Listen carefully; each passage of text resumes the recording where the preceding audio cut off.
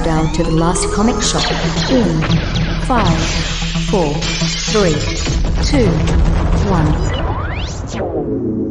Hey! It is now time for the last comic shop! Yes, that's right. We are opening the shop up to newbies and helping them find their way into this big, great world of comic books. And this week in particular, we're keeping the lights on for the kiddos, as we're going to be doing one of our Panel Pals episodes. Yay! That's right. I'm the host with the most, Andy Larson, and I'm joined by Jay Scott and Chad Smith. And you're right. We're going to be doing a Panel Pals read pile review later in today's program. For those folks that may not have listened to the previous shows like this, it's really where we get an opportunity to bring the youngsters onto the show and talk about a comic book that they might be interested in reading. You know, again, getting those kids interested in comic books like we were when we were that age. But before we get to that book, which will be this week a classic Tintin adventure called Cigars of the Pharaoh, we're actually going to start off the program with some talk about movies. That's right. Yeah, there was a Tintin movie, but we're not going to talk about that. We're going to talk about Marvel movies. In particular, Marvel movies that have already happened. Why, you ask? Well, because, again, there are going to be some new ones coming up, whether that be the Doctor Strange movie coming out in a couple weeks, or the Thor movie, another Black Panther movie coming on later on this year. When's that Morbius movie coming out? It already happened. We're not talking about it. We're not talking about it. Stop bringing up the Morbius. We're not talking about it. We are going to talk about the ones that are available on Disney Plus, because again, it's a popular platform and you can still watch these if you happen to have a subscription to that service. Heck yeah. The other thing too is with all these movies coming out, I mean, you're getting your Doctor Strange, you're getting your Thors, you're getting your Black Panthers cycling in. It feels like a return to the MCU that we had known it, you know, in the decade prior in the build up to Avengers Endgame. Whereas for the last year or two, it seems like we've taken some detours. New characters, yeah. Yeah, the fact that it's Shang Chi, it's the Eternals.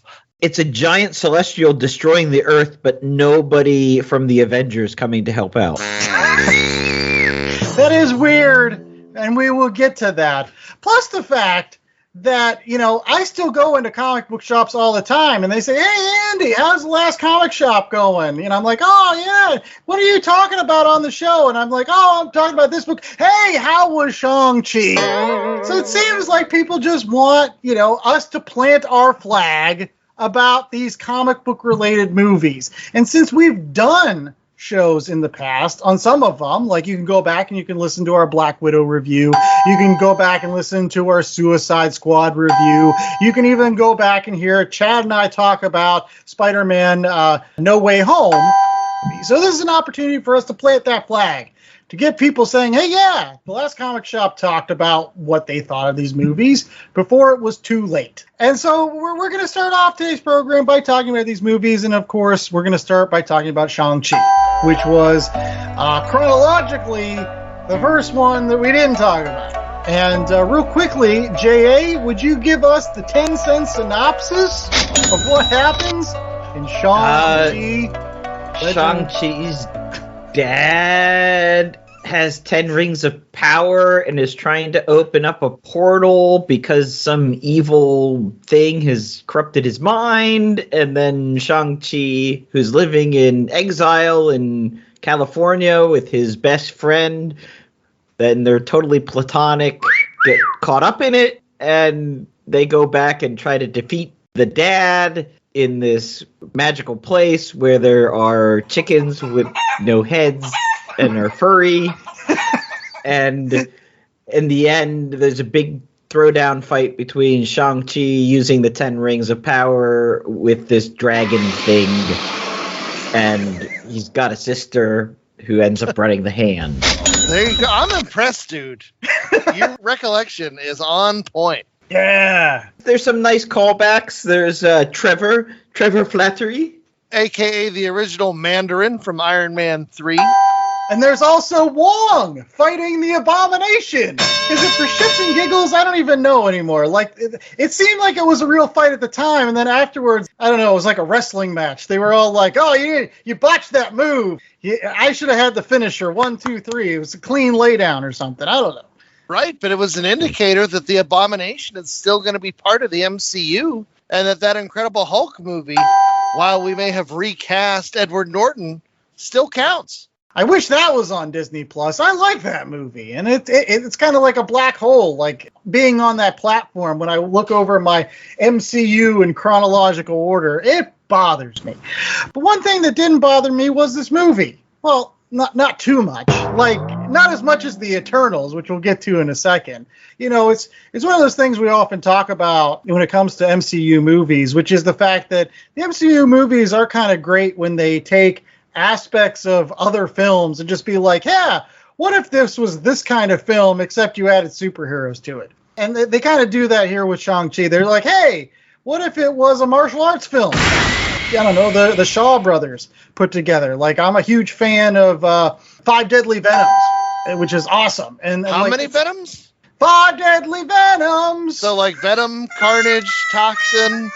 No. Who? No, this is the Toad style and my Lizard style. It's actually a great movie if you've never watched it. But that's all it is. It's like a Shaw Brothers martial arts film mixed in with superheroes and CGI dragons, which I jumped off at that point. But while it was actually the fighting's kung fu action, I was loving it. No, to piggyback off that, I enjoyed Shang-Chi a lot more than I had anticipated, just because Shang-Chi's not a character that I've ever really felt particular affection for, read his book for any long period of time. And so I really didn't know a lot going in. And I showed up, and they had that really great scene in San Francisco with the fight on the bus, where it's going down the hills where the Full House is, and the Rice-A-Roni train's going by.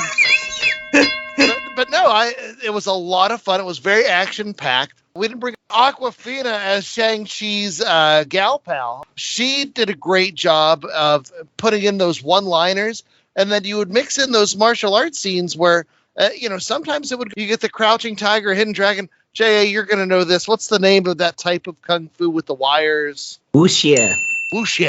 So, it's a lot of wire work. I think everyone talks about the scene on the bus, but to me, the real homage to Jackie Chan and Hong Kong Kung Fu was the fight in Hong Kong, wherever they are. I think they're in Madripoor. Yeah, Madripoor, where I mean, it's Hong Kong, right? Madripoor's Hong Kong, but the fight in Madripoor where they're fighting on the scaffolding, the bamboo scaffolding.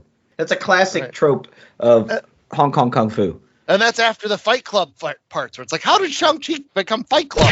But it did, and I enjoyed the movie all the way up until the last third, until they drive their cars through the Pokemon Village.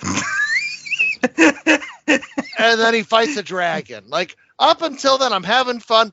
The Mandarin dude, Trevor, was hilarious. And then you just get to a big battle with a big CGI dragon that I didn't care about.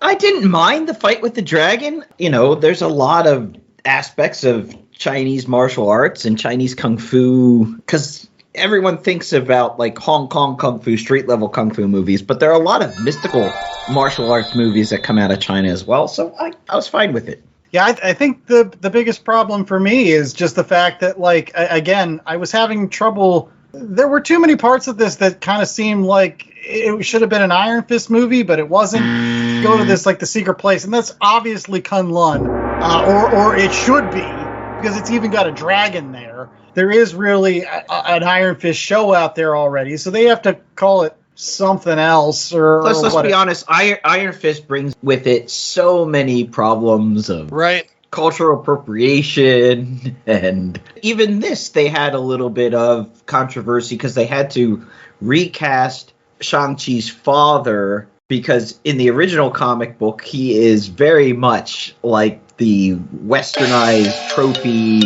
Manchu evil man. Fu Manchu. Yeah, well, and how about how they crap on the Mandarin even more? They're like, why would we name our lead person after oranges? Like, that's just something we told the stupid Americans. Right. Like, that was great. Yeah, I mean, I won't lie that, in talking about Marvel continuity and like the whole notion of the 10 rings, I actually did like the fact that they were like not just weird rings on the finger. I never got that from the comic book. He had like a disintegrator ring and one that like shot frost powers, and then another one that was like flames, and then they were just stupid. This one, they served a purpose. They kept him alive. They kept him immortal, and they added to the action just by being like a way that you could launch yourself into battle. They were an offensive weapon. They were a defensive weapon. They were just like fancy mystic nunchucks. And I liked it. I thought it worked better than just, I don't know, stupid bling that people would. Yeah. Also like to point out that they didn't have to use any sort of de-aging on Tony Leung. He is the Asian equivalent of Paul Rudd. He never ages. It's him and Ming-Na Wen. They just got good genes. Like, they just... Like, she's almost like... She's in her mid-50s. She still looks just, like, absolutely gorgeous. And just, like... She's 58. Wow. Yeah. And does it work to set up the next big Marvel thing or not? Or was that just... Did you feel like it was a throwaway? Because I thought this one at least set up more... I mean, the Spider-Man one didn't set up anything. I felt honestly like Shang-Chi was a strong enough movie to stand on its own, but they kept putting little reminders in like, hey, don't forget it's a Marvel movie. Look, there's Abomination. And I feel like they're trying to attach it with like baling wire and like, no, it's connected. It really is, I swear. But that's fine. I would still go and watch a second Shang-Chi, as soon as it comes out, just because I had so much fun with the first one. All right, so if it comes to like whether or not I'm going to go see another Shang-Chi movie, obviously I'm going to. I'm part of this comic book podcast. I'm going to go see anything that's MCU related, but is it on the top of my list? Probably not. Like, you didn't think the stars were charismatic enough to... No, I thought it worked. It's just at the end of the day, I still don't think this movie, unlike, say, like, I don't know, Black Panther, made me care a lot about Shang-Chi.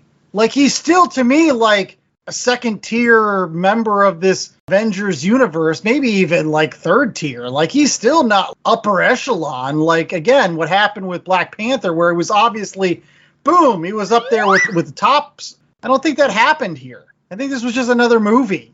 I can see that. Jay, what's your call? I like martial arts movies, so I'll go see another martial arts-inspired Marvel flick. I'm interested to see what they do with his sister, who now runs the Hand. I think it's the Hand. Is it the Hand? I don't know that it's the Hand. The 10 rings. Well, you get some mystical stuff. Well, who knows? It'll be interesting. What we do know is that at least it feels like it exists within the actual realm of the Marvel Universe, as has been constructed as the MCU, much more than the next movie.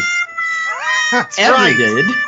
It's Earth 2. And that's Eternals. Right. Tell us what you think about this movie. Let's start off by saying, what is that 10-cent synopsis? How about Chad takes it? No. He's not even going near. All right, I'll give it a shot. The Eternals, created by the Celestials to go to planets and safeguard them against the deviants. And you get this crawl that looks like it's a cross between Star Wars and the Bible. And then it turns out that they live forever. There's a lot of them.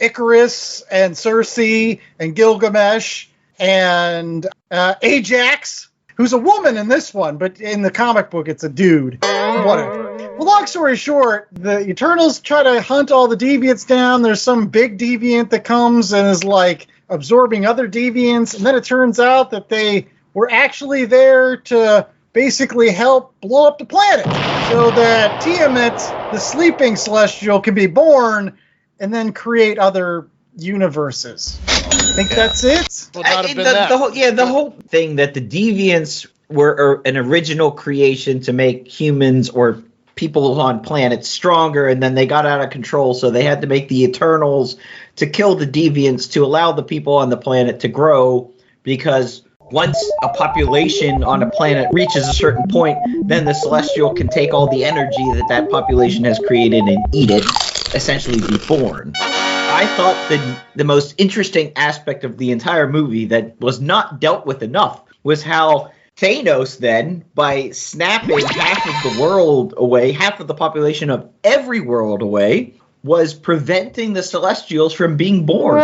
And I see Chad just shaking his head like that was just too much. Because the Eternals eventually stop this Celestial from being born. Like, spoiler alert, Earth saved, yippee, and Icarus tries to stand up against his other fellow, saying, nope, this is in the grand plan of Aramis, the big Celestial head honcho guy.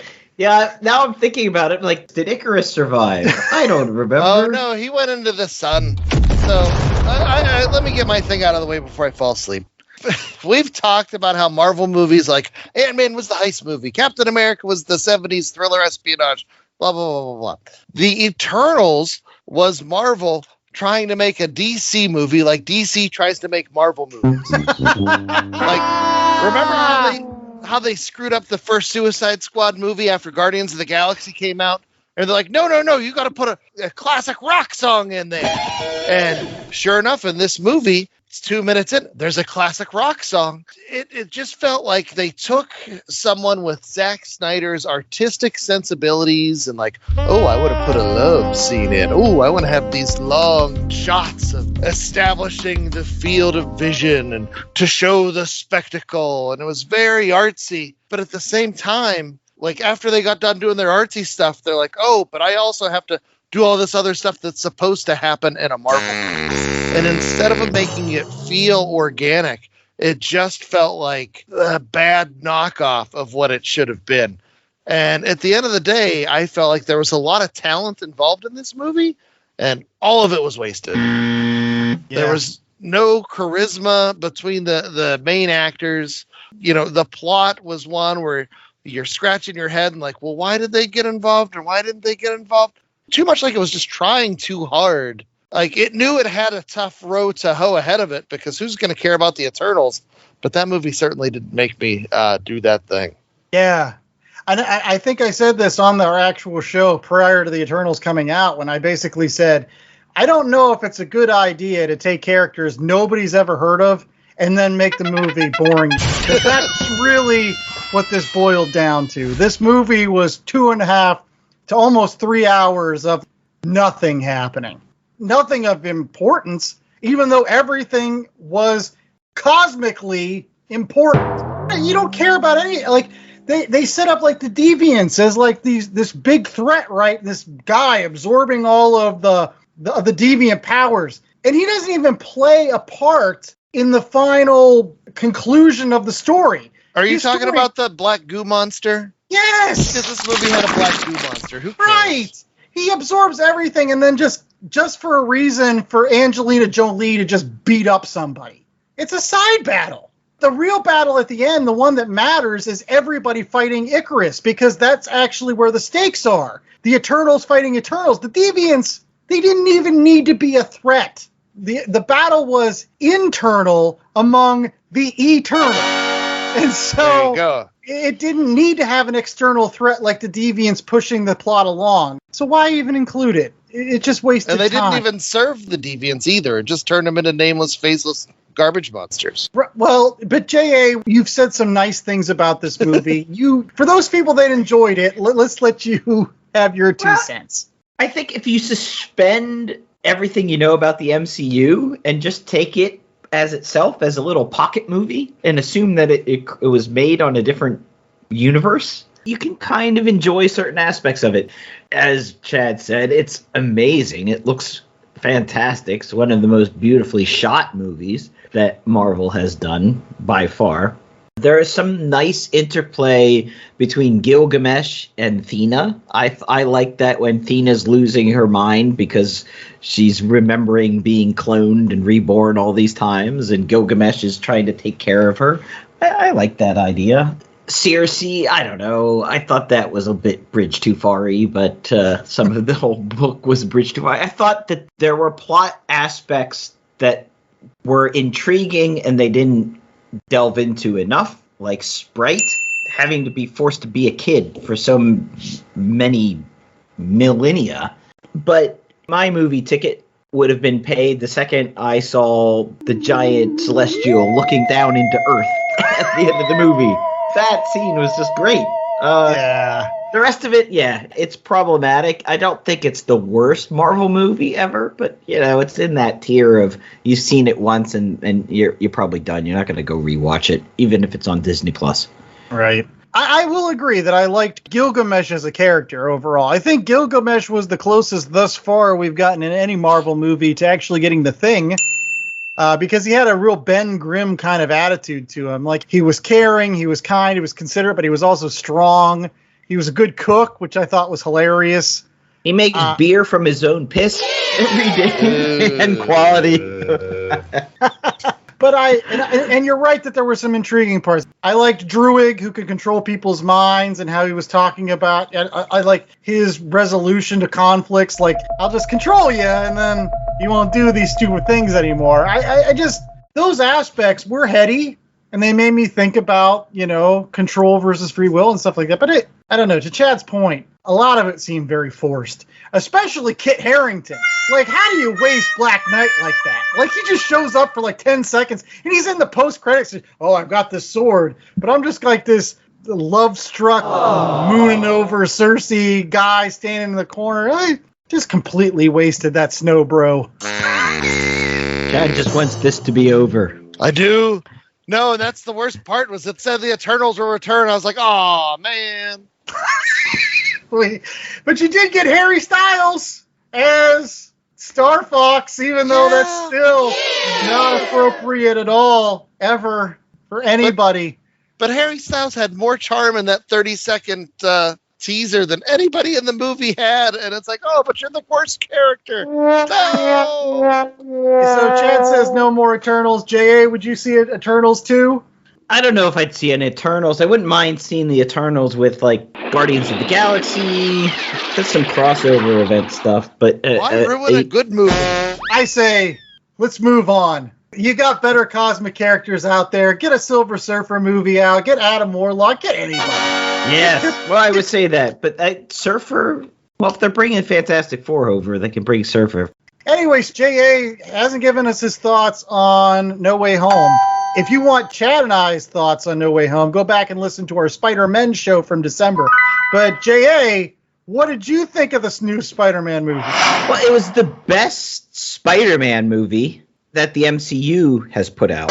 It was the first one where Spider-Man actually... There was something in it. I mean, spoiler alert, the death of Aunt May. Finally, Spider-Man is fighting for something. There's emotions on the line. I thought the first two MCU movies are a bit too jokey. Spider-Man didn't ever have to deal with sort of repercussions of his actions and the weight of, that's what makes Spider-Man, the character, so interesting is, with great power comes great responsibility. That idea that you've got the weight of expectations on you and the weight of responsibility, and how do you act? How do you stand up against that? How do you try to make the world better, make yourself better? And I thought the first two movies, Spider-Man never really had to deal with responsibility. There wasn't anything. He didn't have a lot of skin in the game, I guess, is what I try. And this one he did finally. You could see it, and it was really well done, really well, good emotions. The callbacks, the other Spider-Man coming through, I thought it was nice. The redemptive arc of Garfield's Spider-Man was perfect. You were amazing. You are amazing. He never got a chance to make his third movie. It got canned and through no fault of his own. I mean, I think the movies weren't so great, but definitely not because of him as an actor. He's an incredible actor, Andrew Garfield is. So I thought what he was able to bring and having those moments where he gets to save MJ like he couldn't save Gwen, that was really nice. And then, the best scene in the entire movie was Charlie Cox. How did you do that? I'm a very good lawyer. Yes, as we've commented, Chad looked over at me and said, look, they fixed Daredevil in like 10 seconds. They fixed everything. Every issue I've had with a Spider-Man movie, they fixed it. And they fixed Spider-Man, MCU Spider-Man.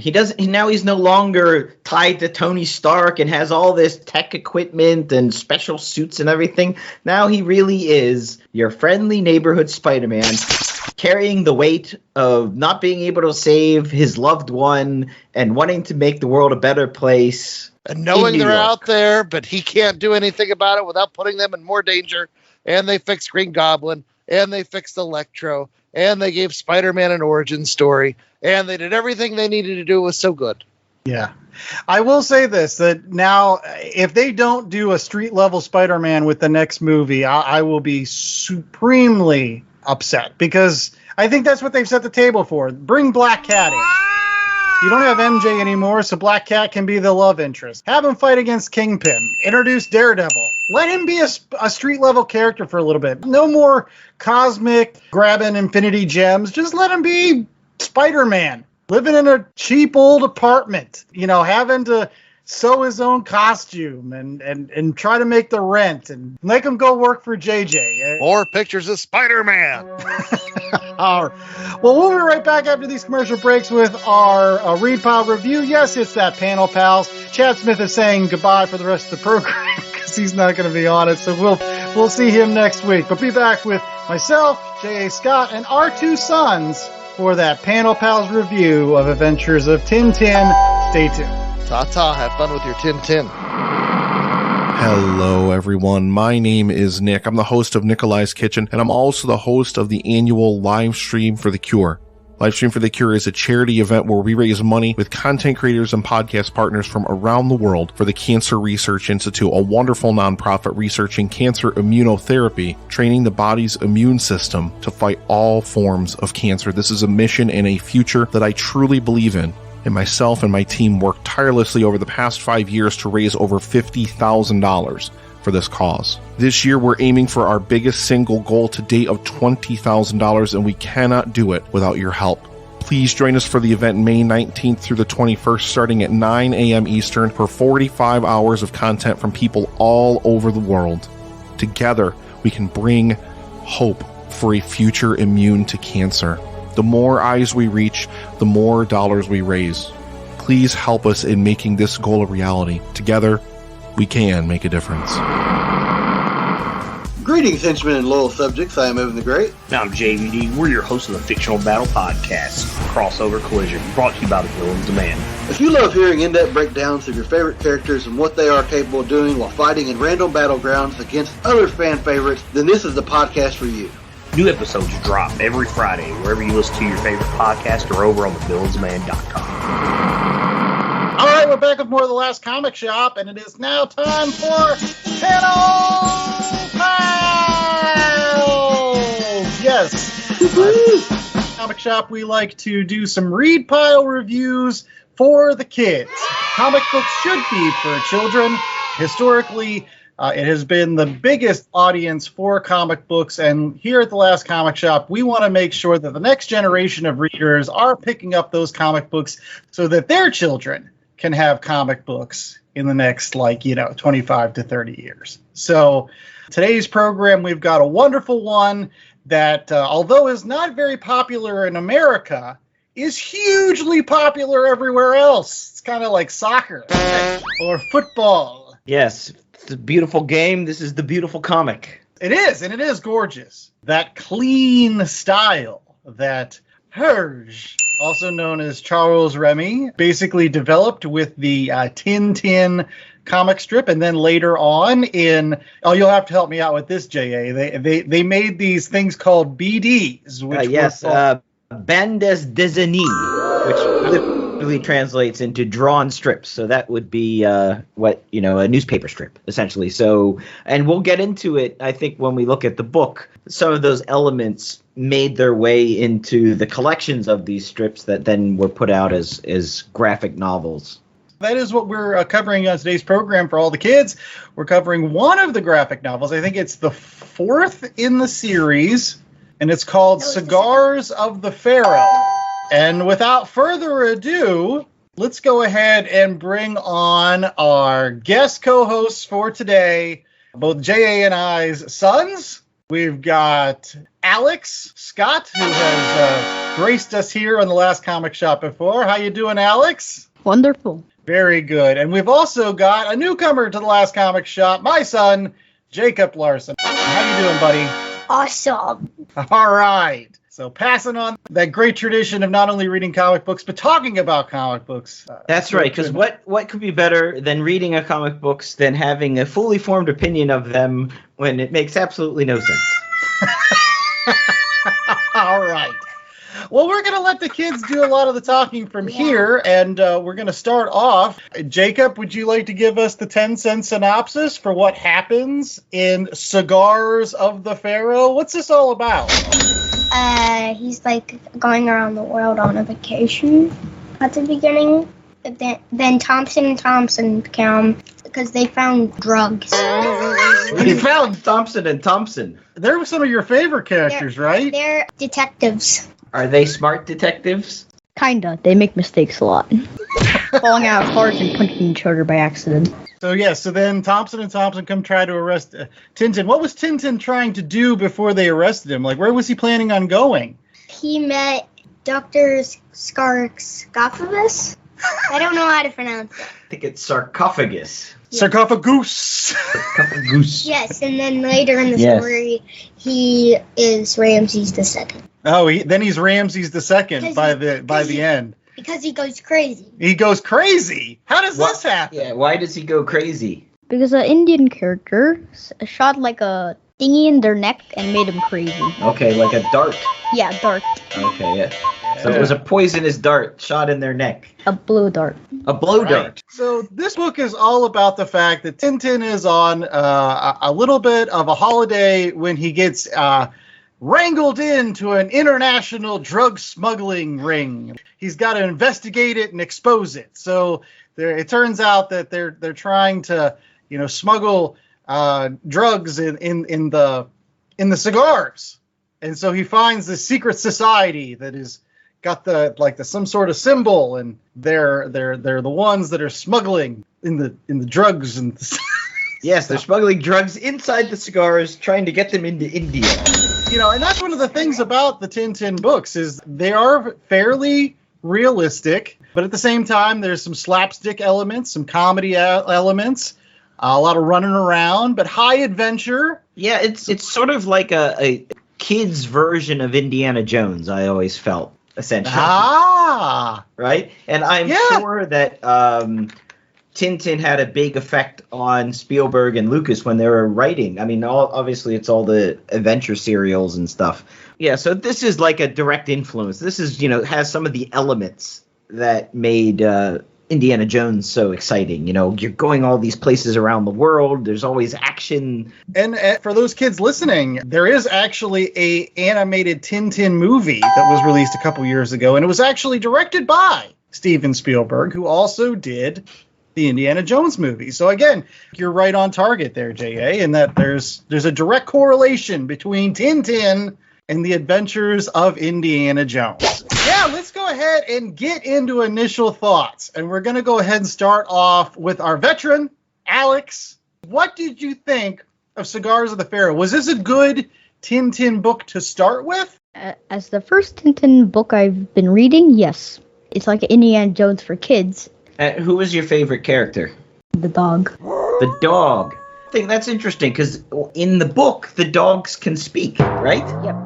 The dog can speak, but Tintin hears him just woofing. I read somewhere that dog talking, they call it breaking the fourth wall for the audience. It's the fact that he had to give you a little bit more information about what was going on and have somebody play off of Tintin in some of these scenes, but dogs really can't talk. So that's what they call breaking the fourth wall. He's talking to the audience, not so much to Tintin. I mean, I won't lie, without Snowy, I don't know if Tintin would go anywhere. Nah, he would run a lot. Tintin seems to run a lot. Snowy's the one who bails him out. Snowy is he's sort of like R2-D2. He is. Yeah. So Jacob, when you were reading the book, you liked a particular part of the book where they went to the Pharaoh's tomb, right? Tintin saw his coffin, Snowy's coffin, and Dr. Sarcophagus's coffin. And then he had a hallucination, like a dream, right? And you liked the parts about the dream where they were in their coffins, wrapped in paper.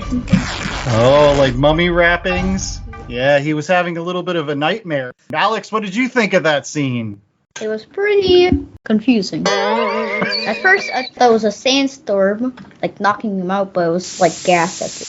Then Egyptian characters grabbed him and put him in a coffin, like his nightmare. And then he escapes from the coffin, although he's in the middle of the ocean. Yeah, he's in the middle of the ocean. He can't do anything. That's right. He seems to be thrown overboard a lot in this, not just this book, but in a lot of the series. He ends up floating in the ocean. Well, he ends up just like kind of randomly going from one place to another. You know, for those parents that might be enjoying Adventures of Tintin with their kids, my initial thought is just simply that I think you can tell that this was originally a strip because it's episodic. There are parts of this where they just want to kind of tell a story of like, oh, here's Tintin in front of a firing squad. Will he escape? Here's Tintin in the middle of the mountains and somebody's shooting over at him. Or here's Tintin, you know, in some sort of tomb. So it kind of goes from one place to another in very quick succession. It can feel like Tintin is just randomly walking places, finding trouble, and somehow it kind of all links up to an overall plot. In real life, really wouldn't happen. Oh, everybody happens to have these cigars, I guess. You know, put yourself in the mindset of a kid reading this in a newspaper as a strip. So every week you're getting a new location and you're meeting some new interesting characters. So it's supposed to, I think, spark your imagination. It's like 1930s Europe, not exactly, you know, the funnest time to be alive in Europe. And you get this nice week-on-week escape that takes you to exotic locations. The protagonist, Tintin, is about the age of probably the boys reading the comic strip, so very easy for them to put themselves in his shoes. Yeah, that's always an interesting thing about Tintin. How old did you think Tintin was in this? We'll start off with Jacob. In his, 20s to 30s. Alex, how old did you think he was? 26. Okay, so you both thought he was a little bit older. I kind of look at him, and I don't know whether or not people would think he was kind of like a teenager or if he was, you know, a little bit older. But both of you think that he definitely looked like he was in his 20s. I always pegged him as like a 19-year-old, 18-year-old. A little bit younger. But I mean, I guess he's working as a reporter. Well, he does know how to use guns and fly planes and do a lot of stuff, which I don't know if the traditional 18-year-old would have had enough life experience. But boy, does he have a nice complement of skills, right? I wanted to ask the boys, did you feel like at any point, kind of like Batman, where he could do anything? Like Batman, he's not fast. He's like Sonic because he runs a lot. I like it. I just thought he was like a Swiss Army knife of skills. You need him to have this skill now? Fine. He needs to get out of this? Fine. He can punch anybody out in one punch. I just always assumed that he could do all these things. I never thought about, well, where did he learn? It's sort of like, you know, he's like the modern pentathlon, right? You know, he knows how to ride the horse and shoot the gun and do the fencing. It's sort of that age, right? Europeans, they were grown up. He probably went to a boarding school, and that's where he learned to, you know, shoot a gun and jump out of an airplane and do all this stuff. I just assumed that he was, you know, a well-traveled, well-educated man who knows all these things. And as an American, I wouldn't understand because I didn't go to that kind of education system. Probably speaks 8 languages. It's from Belgium, after all. Oh, boy.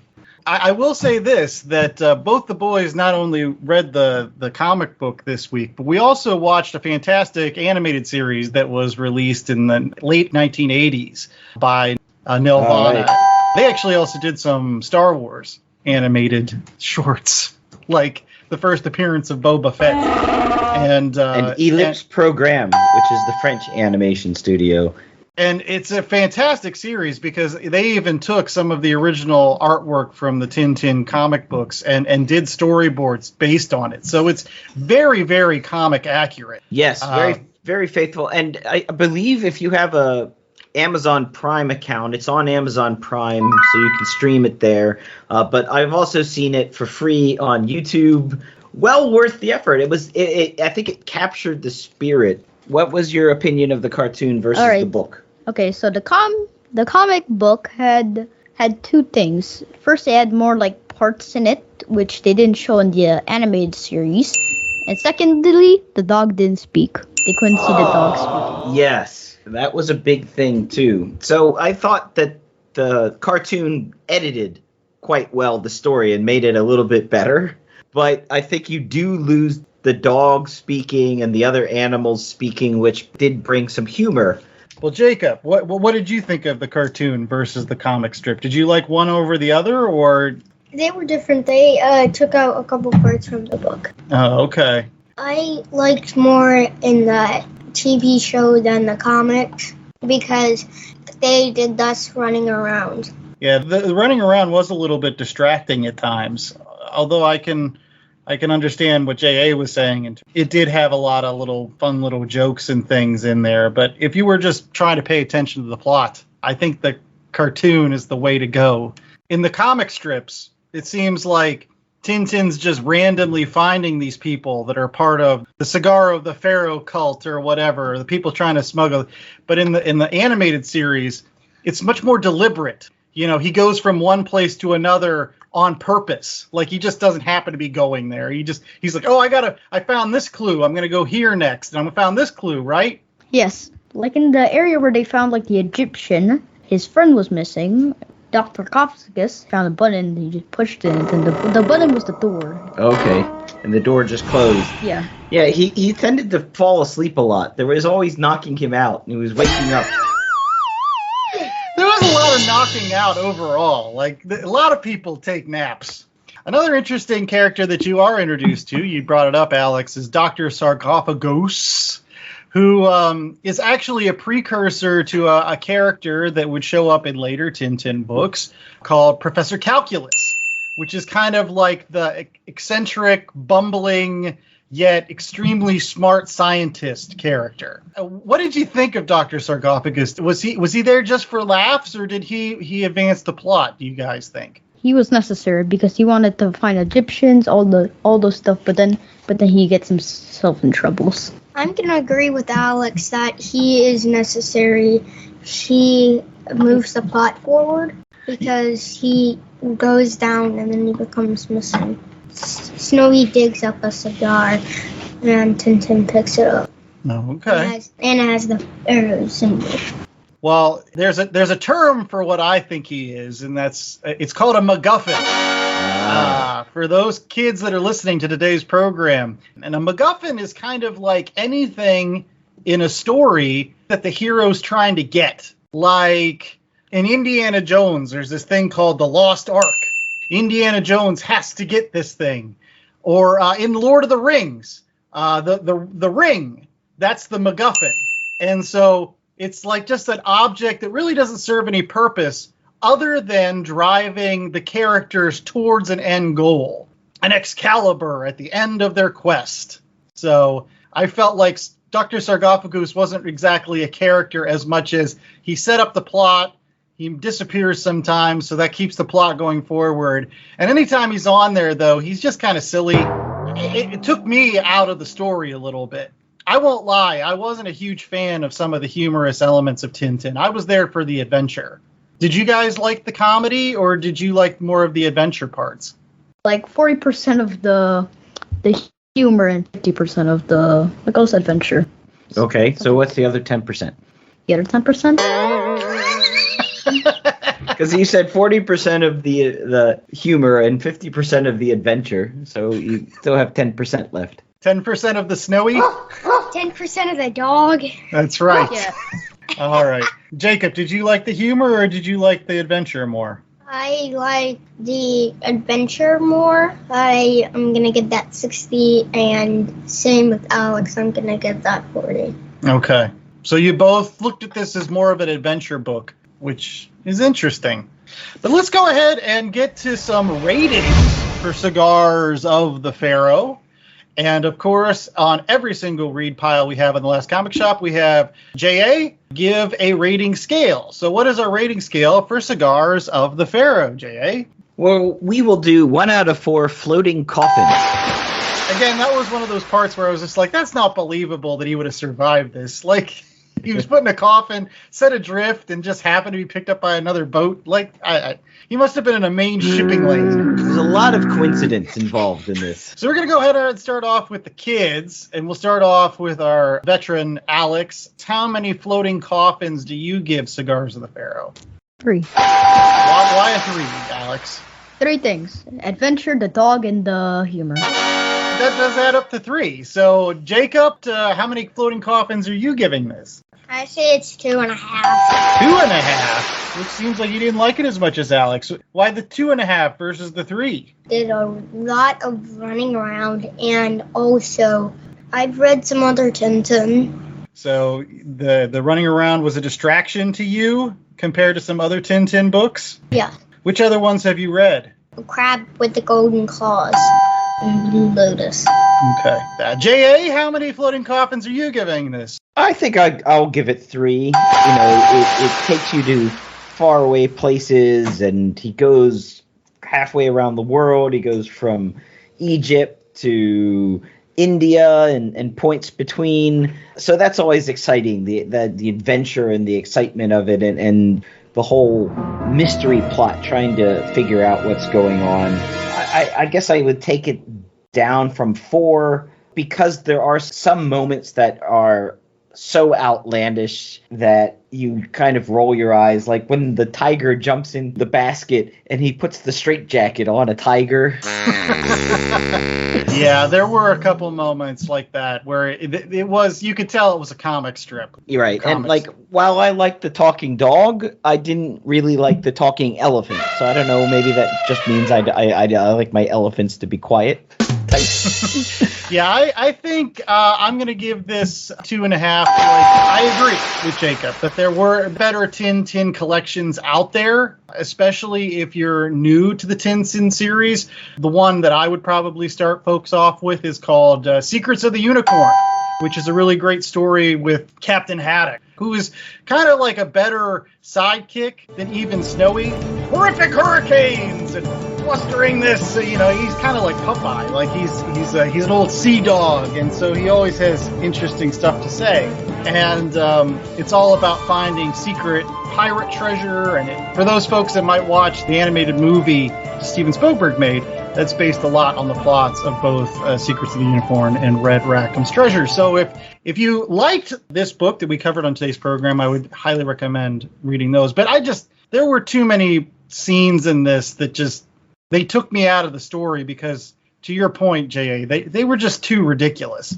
I am here for Indiana Jones, and anything that wasn't that kind of just took me out of things. So many coincidences, like, oh, the guy steps on a rock and then the rock falls away, so he falls away. Or somebody's chasing somebody else and they're about to kill them, but they get hung up by a vine, and then they run around each other a bit. It's just like so many contrived plot devices like that. Well, let's go ahead real quickly and get into recommendations. On The Last Comic Shop, like all other shows, we like to provide you other comic books that you can pick up at your local comic book store or a book fair or a bookstore, like The Adventures of Tintin. And we've got some recommendations from some of the kids. We're going to go ahead and start off with Jacob. What are you recommending on The Last Comic Shop this week? I'm recommending Donner Dinner Party. Oh. It's a book from Nathan Hale. That's a part of a series, right? Yes, it's Nathan Hale's Hazardous Tales. Oh, yeah. And like Tintin, there's a variety of books like that. You've read other ones in addition to Donner Dinner Party, right? Yeah, I've read Big Bad Ironclad, and I've read a little bit of The Underground Abductor. Okay. So what's Donner Dinner Party about? It's where a group of people move from Springfield, Illinois, the capital, to Sutter's Fort in California. Oh, and what happens to them on the way? They start starving. They do start starving. It's actually a pretty famous story from American history. And that's what Nathan Hale's trying to do with his Hazardous Tales, is tell you adventure stories from times in American history. But what did you like about this? I like the art of the characters. Was another Nathan Hale book you read other than his Hazardous Tales? One Trick Pony. Oh, and that's completely different. But it has aliens in it, right? It has aliens and a robot horse. Wow. All right, so we've got some great books by Nathan Hale that you should check out. Alex, what is your recommendation on today's program? All right. For the recommendations I have is 2 books, which I find really interesting. And they're in like black and white, which is also something I like. So the first one you have is Diary of Wimpy Kid. Oh, yes. And then we also have this one, Diary of an Awesome Friendly Kid, which is like a Diary of Wimpy Kid, but it's a different character. And who are they by? Jeff Kinney, the same person who made the other book as well. Right. Yeah, they're like Nathan Hale. He's a very popular comic book writer for kids. I've heard his name too. Jacob, you have some Diary of the Wimpy Kid books, plus you have those other ones, right? Roderick Rules, Wrecking Ball, and Double Down. Okay. And I read The Ugly Truth, but I don't have it because it was to my school. Goes to your school. Okay. Well, Alex, why do you like his writing? Like, what do you like about his writing and his art styles? Well, black and white and stickman figures are actually the things I like.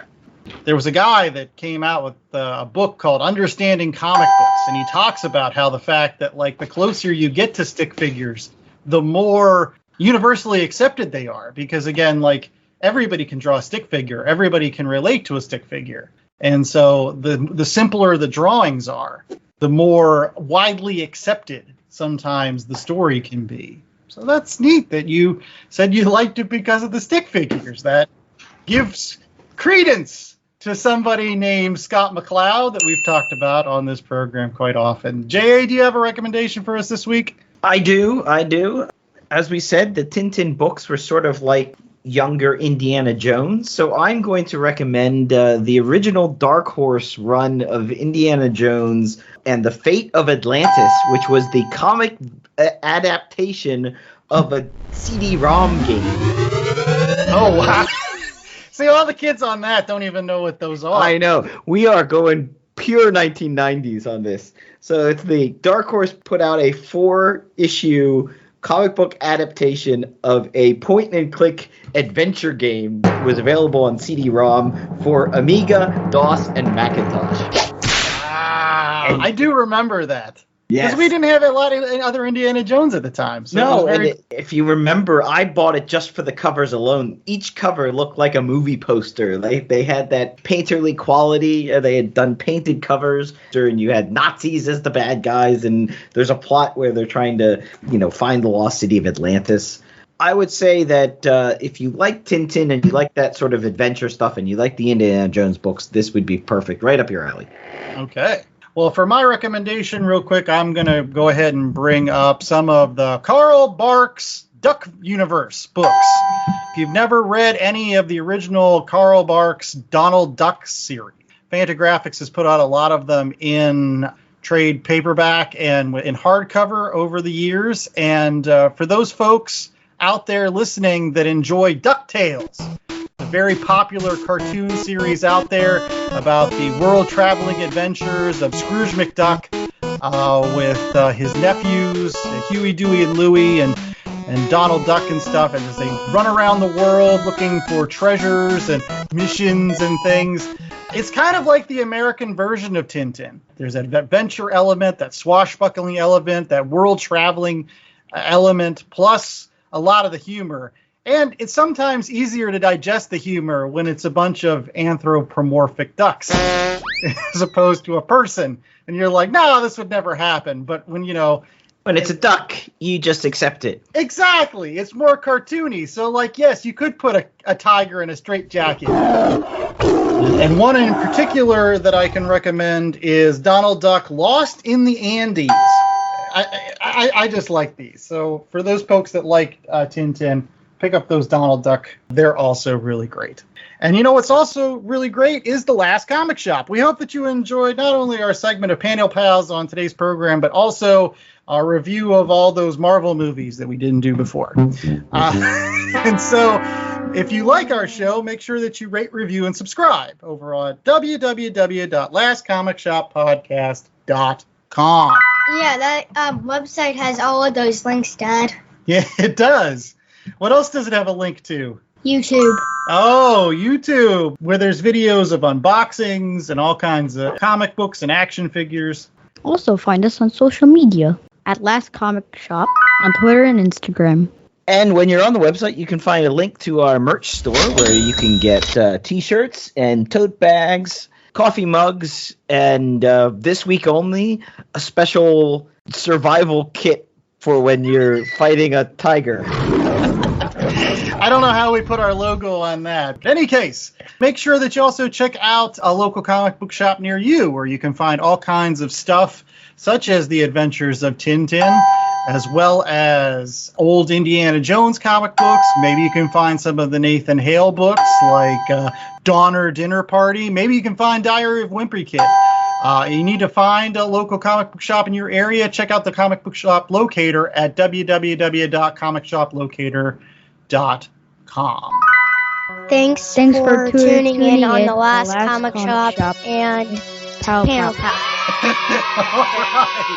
I was the host of the most, Andy Larson. I was joined by my co-host, Jay Scott. Chad Smith, who's somewhere, probably laughing and having a good time listening to the kids, as well as Alex Scott and Jakob Larson. Thanks so much, kids. Keep reading comic books. That's what we want on this show. Till next week, stay safe, stay young, and remember, if you run into an international cult that's trying to smuggle drugs in cigars, make sure that you have a talking dog, because it sure does come in handy.